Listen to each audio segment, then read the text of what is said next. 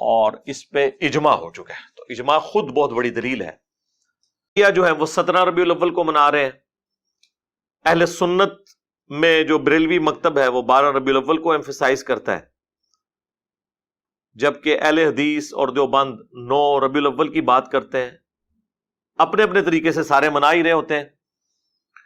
اللہ کو منظور ہوتا ہے وہاں تک اللہ تعالیٰ کی غیبی تائید ہوتی ہے. تو غیبی تائید اس لیول تک تو ہے کہ ہم ربیع الاول میں ڈسکس کریں، کیوں نہ کریں.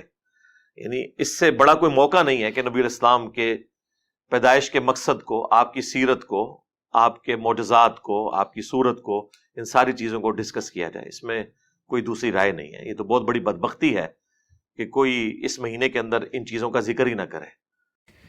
بسم اللہ الرحمن الرحیم. السلام علیکم. انجینئر محمد علی مرزا صاحب نے ایک بار پھر اپنے فالوورز، شاگردوں اور چاہنے والوں کو چونکا دیا ہے. انجینئر محمد علی مرزا صاحب نے اپنے حالیہ لیکچر میں، جو کہ جشن عید میلاد النبی صلی اللہ علیہ وآلہ وسلم کے رد میں تیار کیا تھا، اس میں یہ اعتراف کر بیٹھے ہیں کہ اس مہینے میں یعنی ربیع الاول میں نبی کریم صلی اللہ علیہ وآلہ وسلم کا ذکر میلاد وغیرہ کرنا اب اجماع امت بن چکا ہے، لہٰذا ہم کیوں نہ کریں.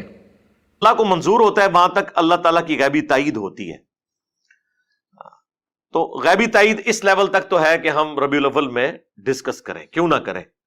یعنی اس سے بڑا کوئی موقع نہیں ہے کہ نبی الاسلام کے پیدائش کے مقصد کو، آپ کی سیرت کو، آپ کے معجزات کو، آپ کی صورت کو، ان ساری چیزوں کو ڈسکس کیا جائے. اس میں کوئی دوسری رائے نہیں ہے. یہ تو بہت بڑی بدبختی ہے کہ کوئی اس مہینے کے اندر ان چیزوں کا ذکر ہی نہ کرے.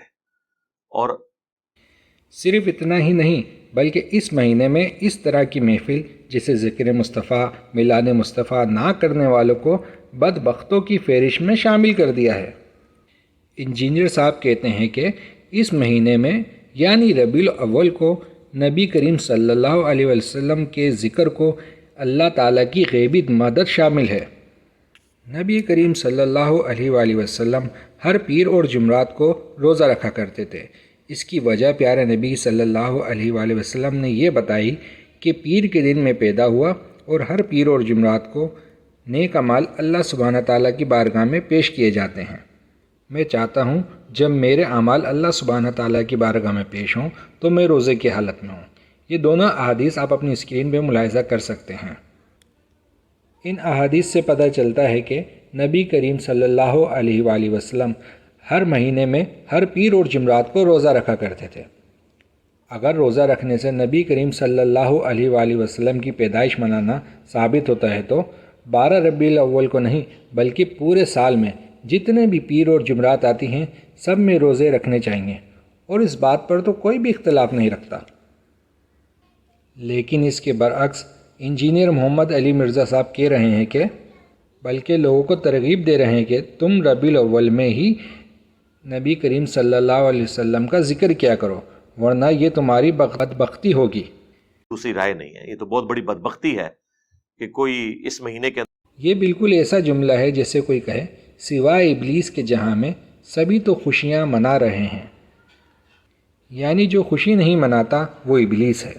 اور انجینئر مرزا صاحب کے نزدیک بھی جو اس مہینے میں ذکر میلاد نہ کرے وہ بدبخت ہے. تو بہت بڑی بدبختی ہے کہ کوئی اب سوال یہ ہے کہ جب بریلوی حضرات یہ شعر سناتے ہیں کہ سوائے ابلیس کے جہاں میں سبھی تو خوشیاں منا رہے ہیں، تو آپ کہتے ہیں کہ اس شعر میں صحابہ کرام، تابعین، تبع تابعین وغیرہ کی شدید توہین ہے، کیونکہ میلاد تو انہوں نے بھی نہیں منایا.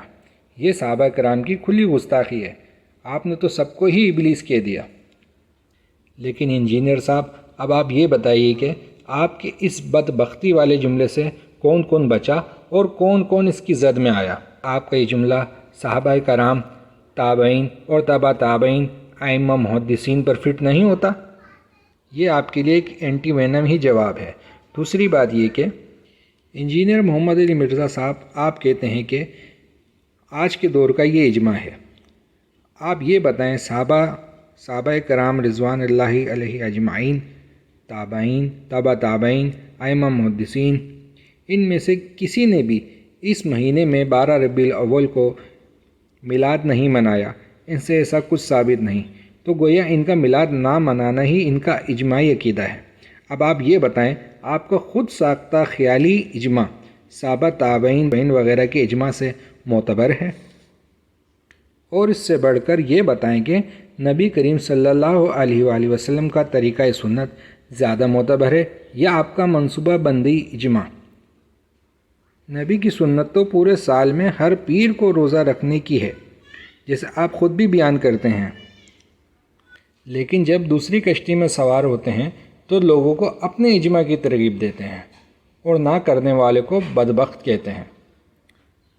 ایسی ہی ایک مثال قرآن مجید کی سورہ توبہ آیت نمبر 37 میں موجود ہے۔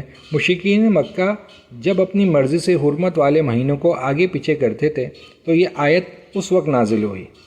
اس آیت میں مشرکین اپنے فائدے کے لیے اللہ تعالیٰ کے حرام کیے ہوئے مہینوں کو اپنی مرضی سے حلال کر لیا کرتے تھے اور حلال مہینوں کو حرام۔ اسی طرح کے عمل کرنے کی وجہ سے ان کی گمراہی میں اضافہ ہی ہوتا چلا گیا اور ان کو یہ عمل بڑا خوشنما لگتا تھا، لیکن اللہ نے ان کرنے والوں کو راستہ نہیں دکھاتا۔ اس آیت پر غور کریں اور انجینئر مرزا کے اس خود ساختہ اجماعی مسئلے پر غور کریں۔ انجینئر صاحب بھی جب دل کرے میلاد کو حرام اور جب دل کرے میلاد کو حلال قرار دے دیتے ہیں۔ پگڑی بدلتے ہی ان کی باتیں بھی بدل جاتی ہیں۔ تیسری بات یہ کہ یہ آپ کی کم علمی ہے کہ ربیع الاول پر امت کا اجماع ہو چکا ہے۔ میں آپ پر یہ الزام نہیں لگاؤں گا کہ آپ جھوٹ بول رہے ہیں۔ ہم آپ کے لیے اب بھی اچھا ہی گمان رکھتے ہیں کہ آپ کو غلط فہمی ہو رہی ہے کہ اسے امت نے اجماع بنا لیا ہے۔ آپ کی دلیل یہ ہے کہ جب بھی ربیع الاول آتا ہے سبھی مکاتب فکر کسی نہ کسی انداز میں ذکر میلاد کرنے لگتے ہیں۔ جواب عرض ہے، جس وقت جو بھی غلط کام ہو رہا ہو اس وقت اسے روکنا عین اسلام ہوتا ہے۔ حمایت ایک الگ چیز ہے، اختلاف ایک الگ چیز ہے۔ اختلاف اور حمایت سے دونوں سے ایک ہی نظریہ اخذ کرنا یہ تو عین حماقت ہے۔ جیسے مثال کے طور پر اگر کوئی چور چوری کرے اور اسی وقت عین موقع پر اسے پولیس آگے پکڑ لے تو کیا انجینئر صاحب آپ اسے یہ کہیں گے کہ چور اور پولیس دونوں چوری کرنے پر دونوں کا اجماع ہو گیا؟ اب دوسرا ایک اور اینٹی-وینم جواب عرض ہے کہ جب بھی کرسمس آتا ہے تو عیسیٰ علیہ السلام کے میلاد کا دن ہر عیسائی مناتا ہے اور اس وقت ہر مسلمان چاہے اس کا تعلق کسی بھی مکاتب فکر سے ہو اس کرسمس کی مکمل طور پر مذمت کرتا ہے اور اپنے ہر جمعے میں جو اس مہینے میں آتے ہیں کرسمس کے حوالے سے لوگوں کو آگاہ کرتا ہے کہ یہ اسلام کے خلاف عمل ہے، یہ ٹھیک نہیں ہے، درست نہیں ہے، اور یہ کام تمام مکاتب فکر کے علماء کرتے ہیں۔ انجینئر صاحب اب آپ کیا کہیں گے کہ اس دن کو اللہ تعالیٰ کی غیبیت مدد حاصل ہے کہ اس دن کرسمس کو عیسائی بھی کرسمس مناتے ہیں اور مسلمان بھی اپنے جمعے کی خطبے میں کرسمس کی مذمت کرتے ہیں، تو گویا اس کے اوپر مسلمانوں کا اور عیسائیوں کا اجماع ہو گیا؟ نہیں نا، تو جسے آپ بھی اجماع کہہ رہے ہیں وہ بھی اجماع نہیں ہے۔ جہاں تک نبی کا ذکر اور گفتگو کی بات ہے تو پورے سال ہر مسجد میں نبی کریم صلی اللہ علیہ وآلہ وسلم کی پاک سیرت ہی بیان ہوتی ہے اور ہر کوئی نبی کریم صلی اللہ علیہ وآلہ وسلم کی سنت ہی سے مسائلوں کو حل کرتا ہے۔ گویا کہ نبی کا ذکر پورے سال الحمدللہ ہوتا ہی رہتا ہے۔ نبی کریم صلی اللہ علیہ وآلہ وسلم کو مدرس ڈے، فادرز ڈے کی طرح اس دن کو نہ منائیں، اسے پورے سال کے ذکر میں اور روزے پر ہی محدود رکھیں، جس پر صحابہ کرام، تابعین، تبع تابعین اور ائمہ محدثین کا اجماع رہا ہے۔ اگلی ویڈیو تک کے لیے اجازت دیجیے۔ اللہ نگہبان۔